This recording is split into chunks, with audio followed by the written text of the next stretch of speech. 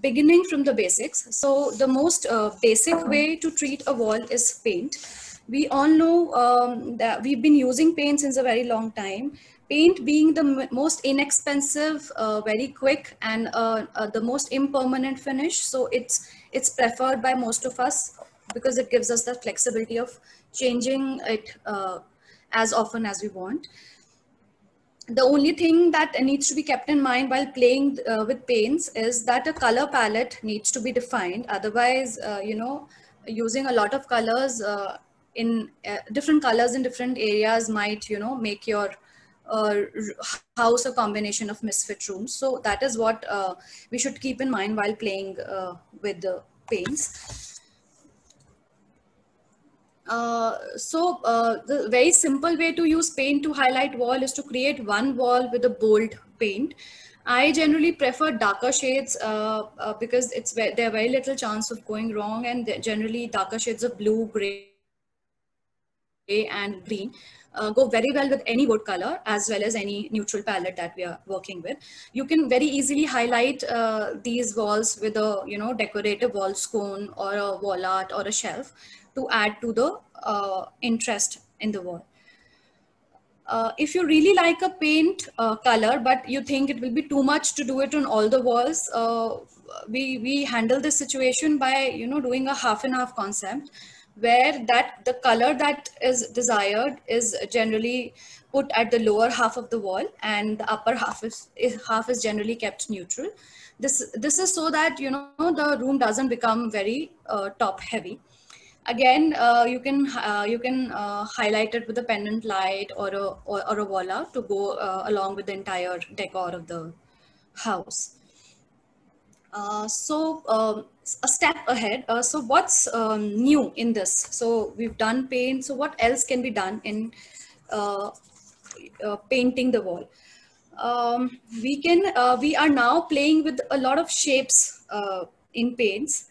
A shape or a pattern can be created within the paint. The painter can easily do that a shape and take your wall treatment a step ahead. As you can see in the first image that I've put here, uh, it is a gray and white muted tone scheme, but a splash of yellow with a yellow rectangle has added added to the geometry of the wall, and also have added to the glamour of the wall, making it a nice interesting corner in the house. We can also go for organic shapes, adding to the fluidity of the space. Then all the furniture, all the artifacts that we are keeping should uh, should follow the same geometry. So if we are going for a curve, organic sort of a pattern, the other furniture can also reflect the same geometry. Uh, Moving on to the next slide. Here again, I've compiled a series, few more examples on how walls can be painted in different shapes and patterns. The color cues can be taken from the furniture, from the maybe the light or the rug to tie everything together. These are some of the ways that using the most simplest and basic material, that is a plain paint, how we can highlight and create interesting corners in our wall. These can be one or two, we can choose one or two walls in the house and use them to actually bring out the artistic side of you also. Textures and patterns. Textures and patterns is a very is a very broad category, and a lot of treatments and a lot of materials fall under this category. uh, Adding textures to the wall create an interesting play of light and shadows. For creating textures, a variety of material and a variety of tool can be used. uh, Patterns, on the other hand, create more interest in and around the walls that you're treating, while adding a little bit of detail to the space as well. Different patterns can be used to create a different kind of an ambience. For example, whether you're going for a European classical or a minimalistic look, according to that we can use the pattern to define the character of the space. First, I'll speak a little bit about textures. So we have a lot of textures available these days. A lot of brands are working with a lot of textures. We can have, if you're going for a rustic look, we can have a exposed concrete texture, which kind of gives the overall place a very rustic and a very bare look. You can go for brick textures. You can also go for foil textures, which add to your plush interiors if that's the vocabulary that you're following. uh, you can also get customized textures in the sense that if you have a old lace or a old tablecloth which pattern on it, there's a pattern and you like it a lot, so that actually can be engraved in the texture. So we can actually do a lot with texture. So it gives you that, it gives you that personal effect on the wall that you are planning to do that texture. So this is a lot can be done in textures. You can play with colors, you can play with materials and that. Wallpapers is a very old way of treating the walls, but now we have a lot of wallpapers to add the texture, to add the color, to add the pattern to the overall look of the house. uh, Whether you should go for a floral or for a geometric wallpaper entirely depends on what kind of look you are doing. So generally we go for small printed wallpapers if you're going for a European classical look.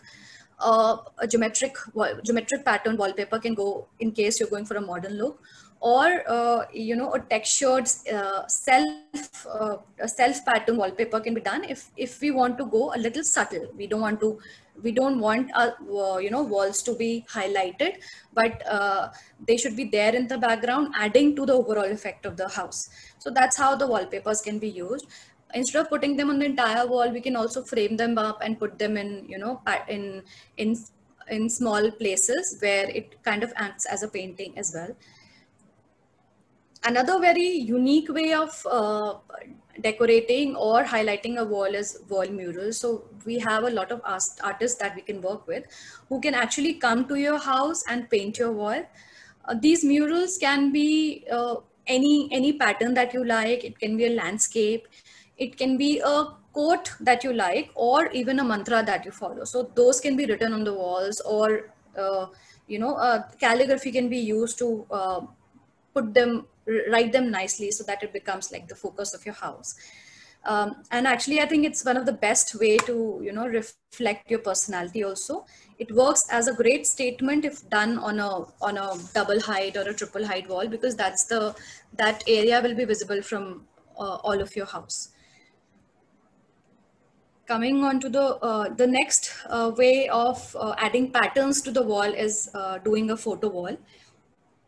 uh, uh, the photo wall, it can be done in two ways actually. Either you can go very symmetrical, you can have same size frames and do similar frames and of the similar size to get a very symmetrical look, or you can go a little adventurous and play with the type of frames and the sizes of frame. You can maybe frame your kids painting or something that you've done and put it on the wall. Just splash the background of the wall with a color and add maybe a light in the corner, and that's the you've created a focal wall for yourself. Adding a molding, this is another very simple way to create a feature wall, and also a very inexpensive way. uh, it increases the aesthetics a lot, and in case you're going for a European kind of a look, that's a great way to complement it. It's very easy, cost effective, and gives you a lot of choices in the way that you can do it. For example, as we see in this picture, we've used flat moldings done on the wall, and the entire wall is splashed in a paint. So this is a very different way of doing it, as it was done earlier when heavy moldings were used. So this is one of the more contemporary way of doing it. The light falling on it actually adds to the beauty of the wall, because it kind of enhances the levels that the design is creating. So lighting will actually play a very important role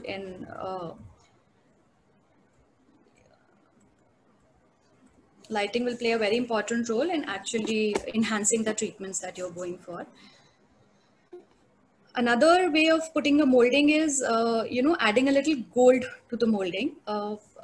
These kind of moldings go very well with your furniture that has a golden leg maybe, or if you're planning to go all white.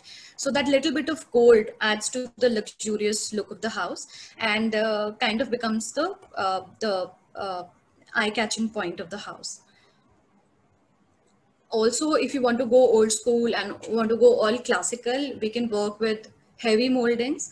Generally, when we do heavy moldings, we go for all pastel scheme. The color generally used are pastels, because otherwise it becomes overwhelming when a dark color is used with a heavy texture. Also, the lighter colors reflect more light, and the levels that are created with these moldings come out much more as opposed to a darker color. So this is another way of using these moldings. Also, as I spoke earlier, when we can pair up moldings with wallpapers and create interesting patterns. So instead of putting the wallpaper on the entire wall, we can frame it up in moldings and do a big wall with it, or maybe do the back of your bed. So instead of and pair it up with a matching paint or a contrast paint to create a more interesting look and feel of the house. Panel it up. We all wall panels also. We've been working with wall panels a lot. We've seen wooden paneling being done, mirror paneling being done. So that's also again a great way to enhance the ambience of the space. They also add the way you're doing the paneling. Also matters a lot, because it adds a level of detailing to the house. Panels are there are a lot of paneling type available. So these days we have a lot of Fox concrete panels available. Basically these panels actually copy the rustic look. So in case you want to go for an exposed brick or a rubble masonry sort of a look, or a limestone plaster sort of a look, these panels are then available in all of those finishes. For example, in this image you can see that there's a exposed concrete wall. So this again is a Fox concrete panel pasted on the walls. We can get a lot of different textures and colors in this. Even the concrete panels are available in even exposed concrete is available in different colors. Another way of paneling a wall is wood and veneer. This is actually loved by most of the clients because of the warmth it adds, and makes the home look more cozy. The best part of veneer is that it can be, or wood is that it can be cut into any shape, and we can create a very interesting play with the grains that we have. So those can be used in very different ways to create the patterns that we like. You can put it at the back of your bed, or you can put it in the living room, or also you can club it with wallpaper or club it with texture and use the double height or the triple height of your house to use them to enhance the double height or the triple heights of your house. This is exposed brickwork in on the inside of the house, on the interior walls. One of my favorites, because it adds to the coziness of the house. And pair it up with plants, it looks really nice. So one way is to do cement Fox panels, but another way to do is actually using actual brick tiles, textured brick tiles that are available, and putting them on the wall one by one. We can go a little adventurous and do, instead of a cement grout, we can do a white grout or maybe a green grout to actually pop that corner up wherever we are putting this. So this is another way of doing paneling on the wall. Mirrors, we all have mirrors in the house. So we've taken it to a next level and done mirror panelings on the wall. So they're a great way to add to gloss up your interior. So if you're looking for really those interiors that kind of speak, and the